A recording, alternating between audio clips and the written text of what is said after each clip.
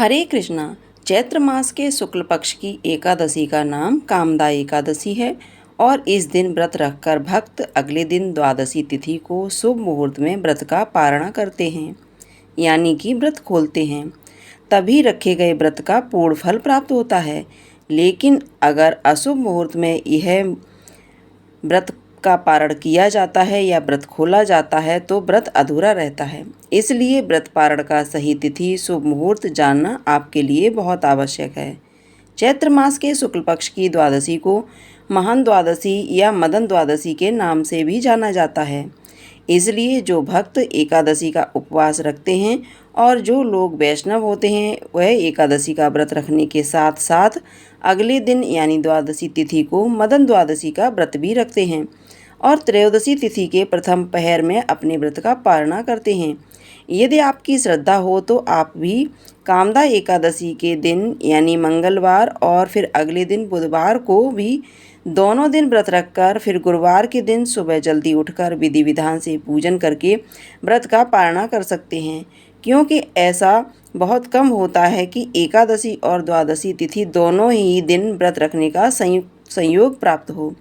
और कलयुग में हर मनुष्य यही चाहता है कि उसको जन्म जन्मांतरों के पापों से मुक्ति मिल सके और एकादशी का व्रत एकमात्र ऐसा व्रत है जो जन्म जन्मांतर के पापों का नाश करने की सामर्थ्य रखता है।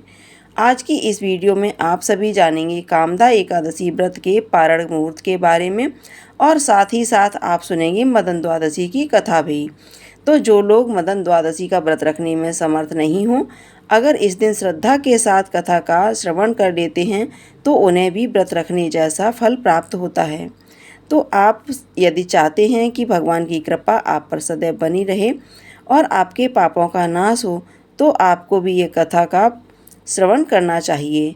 जैसा कि आप सभी जानते हैं, इस बार 8 अप्रैल दिन मंगलवार को चैत्र मास के शुक्ल पक्ष की एकादशी का यानी कामदा एकादशी का व्रत रखा गया है। एकादशी तिथि 7 अप्रैल सोमवार को रात 8:01 से लेकर 8 अप्रैल मंगलवार की रात 9:12 तक रहेगी और द्वादशी तिथि प्रारंभ होगी 8 अप्रैल मंगलवार की रात 9:13 से और इसी के साथ हरिवासर का समय भी शुरू हो जाएगा। द्वादशी तिथि समाप्त होगी 9 अप्रैल दिन बुधवार रात 10:55 पर। हरिवासर का समय 9 अप्रैल बुधवार को सुबह 2:45 पर समाप्त होगा। ध्यान रखिएगा, हरिवासर के समय कभी भी व्रत का पारणा नहीं किया जाता है, यानी कि व्रत नहीं खोला जाता है। इस समय आप मानसिक रूप से भगवान के मंत्रों का जाप कर सकते हैं, क्योंकि हरिवासर का समय भगवान को अत्यंत प्रिय होता है। जिस तरह से प्रदोष काल का समय भगवान शिव को प्रिय होता है, इसी तरह से हरिवासर का समय भगवान श्री हरि को प्रिय होता है। 9 अप्रैल बुधवार को सूर्योदय होगा सुबह 6:15 पर, सूर्यास्त होगा शाम 6:41 पर, ब्रह्म मुहूर्त सुबह 4:38 से 5:26 तक रहेगा। प्रातःकाल पूजा मुहूर्त सुबह 4:54 से 6:02 तक रहेगा। अमृतकाल सुबह 7:35 तक रहेगा। व्रत खोलने का शुभ मुहूर्त रहेगा 9 अप्रैल बुधवार को सुबह 6:15 से 9:35 के बीच में। हालांकि व्रत खोलना सुबह के समय ज़्यादा शुभ माना जाता है। किसी कारण से आप सुबह व्रत ना खोल पाएँ तो दोपहर 1 बजे से 3 बजे के बीच में भी आप व्रत का पारण कर सकते हैं, यानी व्रत खोल सकते हैं। और जो लोग 9 अप्रैल बुधवार को मदन द्वादशी का व्रत रखेंगे उन्हें 10 अप्रैल गुरुवार को सुबह सुबह अपना व्रत खोल लेना चाहिए। सुबह सूर्योदय की पहली किरण के साथ ही आप अपना व्रत खोल सकते हैं। भगवान विष्णु के मंत्रों का जाप करते हुए ओम नमो भगवते वासुदेवाय महामंत्रों का जाप करते हुए आपको व्रत का पारणा करना चाहिए। साथ में आप अपनी सामर्थ्य के अनुसार किसी गरीब निर्धन जरूरतमंद व्यक्ति को दान दे सकते हैं। ध्यान रखिएगा, हर एकादशी व्रत में भगवान विष्णु को एक विशेष भोग अर्पित किया जाता है। हर महीने के हर पक्ष की एकादशी में एक विशेष भोग समर्पित किया जाता है, जिसकी जानकारी आपको हमारे चैनल पर दी जाती है। तो इस बार विशेष भोग है गुड़ का। भगवान विष्णु को गुड़ के साथ तुलसी जी का एक पत्ता भगवान के भोग में अर्पित करें। अपनी मनोकामना पूर्ति के लिए भी प्रार्थना कर सकते हैं। इस दिन आप सात्विक भोजन का भोग भी भगवान को अर्पित कर सकते हैं। तो जो भी भोग आप अर्पित करें उसमें तुलसी का पत्ता ज़रूर रखें। साथ में जल का एक कलश भी रखें। जिस तरह से नवरात्रि के व्रत में हर दिन अग्यारी करते हैं, यानी कि एक बड़े से मिट्टी के दीपक में गाय के गोबर का उपला तोड़कर जलाकर उस पर जो हम हवन सामग्री इत्यादि अर्पित करते हैं, भोग की सामग्री अर्पित करते हैं, इस तरह से आप थोड़ा सा गुड़ आप अर्पित कर सकते हैं। अग्नि में देवताओं के माध्यम से हमारे इस देवी देवताओं तक ये हमारा भोग पहुंच जाता है और द्वादशी के दिन व्रत खोला जाता है। उन्हें भूलकर भी द्वादशी के दिन लहसुन प्याज या तामसिक भोजन का सेवन नहीं करना चाहिए। इस दिन लक्ष्मी माता को आप सत्तू का भोग लगा सकते हैं और जो भी सात्विक भोजन है उसका भोग भी आप लक्ष्मी माता को लगा सकते हैं। अब सुनिए मदन द्वादशी की कथा। सूत जी कहते हैं, प्राचीन काल की बात है, देवासुर संग्राम में भगवान विष्णु तथा देवगणों द्वारा अपने पुत्र पौत्रों का संहार हो जाने पर दैत्य माता अदिति शोक से विलय हो गईं। वह उत्तम भूलोक में जाकर सरस्वती के मंगलमय तट पर अपने पतिदेव महर्षि कश्यप की आराधना में तत्पर रहती हुई घोर तप में निरंतर हो गईं। उस समय उसने ऋषियों के समान फलाहार पर निर्भर रहकर आदि व्रतों का पालन किया। इस प्रकार बुढ़ापा और शोक से अत्यंत व्याकुल हुई अदिति 100 वर्षों तक उस कठोर तप का अनुष्ठान करती रही। तदंतर उस तपस्या से संतप्त हुई अदिति वशिष्ठ आदि महर्षियों से पूछा, ऋषियों, आप लोग मुझे ऐसा व्रत बतलाइए जो पुत्र शोक का विनाशक तथा परलोक में सौभाग्य फल प्रदाता हो। और वशिष्ठ आदि ऋषियों ने उसे मदन द्वादशी व्रत का विधान बतलाया, जिसके प्रभाव से वह पुत्र शोक से उन्मुक्त हो गई। ऋषियों ने पूछा, सूत जी, जिसका अनुष्ठान करने से अदिति को पुनः 49 पुत्रों की प्राप्ति हुई, उस मदन द्वादशी व्रत के विषय में हम लोग भी सुनना चाहते हैं। सूत जी कहते हैं, ऋषियों, पूर्व काल में वशिष्ठ आदि महर्षियों ने दिति के प्रति जिस उत्तम मदन द्वादशी व्रत का वर्णन किया था, उसी को आप लोग मुझसे विस्तार पूर्वक सुनिए। व्रतधारी को चाहिए कि वह चैत्र मास में शुक्ल पक्ष की द्वादशी तिथि को श्रेष्ठ चावलों से परिपूर्ण एवं छिद्र रहित हर घट स्थापित करे। उस पर श्वेत चंदन का अनुलोप लगा हो, वह श्वेत वस्त्रों के 2 टुकड़ों में आच्छादित हो। उसके निकट विभिन्न प्रकार के ऋतुफल और गन्ने के टुकड़े रखे जाएं। वह विविध प्रकार की खाद्य सामग्री से युक्त हो। उसमें सर्व गुड़ खाड़ डाला जाए। तत्पश्चात उसके ऊपर गुड़ से भरा हुआ तांबे का पात्र स्थापित करना चाहिए। उसके ऊपर केले के पत्ते पर काम तथा उसके काम भाग में शक्कर समन्वित रति की स्थापना करें। फिर गंध धूप आदि उपचारों से उनकी पूजा करें और गीत वाग आदि का प्रबंध करें। गीत आदि का प्रबंध न हो सकने पर मनुष्य को कामदेव और भगवान विष्णु की कथा का आयोजन करना चाहिए। पुण्य कामदेव नामक भगवान विष्णु की अर्चना करते समय उन्हें सुगंधित जल से स्नान कराना चाहिए। श्वेत पुष्प अक्षत और तिलों द्वारा उन मधुसूदन की विधिवत पूजा करें। उस समय विष्णु के पैरों में कामदेव, सौभाग्यदाता, कटिभाग में मदंत, उदर में स्वेच्छादर, वक्षस्थल में अनंग, मुख में पद्मुख, बाहुओं में पश्चर और मस्तक में सर्वात्मा नमस्कार है। यूँ कहकर भगवान केशव का सांयोग पूजन करें। तदंतर प्रातःकाल वह घट ब्राह्मण को दान कर दें। भक्तिपूर्वक ब्राह्मणों को भोजन कराकर स्वयं भी नमक रहित भोजन करें और ब्राह्मणों को दक्षिणा देकर मंत्र का उच्चारण करें, जो संपूर्ण प्राणियों के हृदय में स्थित रहकर आनंद नाम से कहे जाते हैं। वे कामरूपी भगवान जनार्दन मेरे इस अनुष्ठान से प्रसन्न हों। इसी विधि से प्रत्येक मास में मदन द्वादशी व्रत का अनुष्ठान करना चाहिए। व्रती को चाहिए कि वह द्वादशी के दिन फल खाकर भूतल पर शयन करे और त्रयोदशी के दिन अविनाशी भगवान विष्णु का पूजन करे। 13वां महीना आने पर घृत धेनु सहित एवं समस्त सामग्री संपन्न सैया, कामदेव की स्वर्ण निर्मित प्रतिमा और श्वेत रंग की दुधारू गौ अंग कामदेव को समर्पित करें। अपनी सामर्थ्य के अनुसार वस्त्र आभूषण ब्राह्मण को दान में दें। दान देते समय ऐसा कहना चाहिए कि हे तदंतर, हे प्रभु, आप प्रसन्न हो। धर्मज्ञ व्रती को दुग्ध से बनी हुई हरी खीर और श्वेत तिलों से कामदेव के नामों का कीर्तन करते हुए हवन करना चाहिए। ब्राह्मणों को भोजन कराना चाहिए और उन्हें यथाशक्ति गन्ना पुष्पमाला प्रदान कर संतुष्ट करना चाहिए। जो इस विधि के अनुसार मदन द्वादशी व्रत का अनुष्ठान करता है वह समस्त पापों से मुक्त होकर भगवान विष्णु की समता को प्राप्त हो जाता है तथा इस लोक में श्रेष्ठ पुत्रों को प्राप्त कर सौभाग्य फल का उपभोग करता है।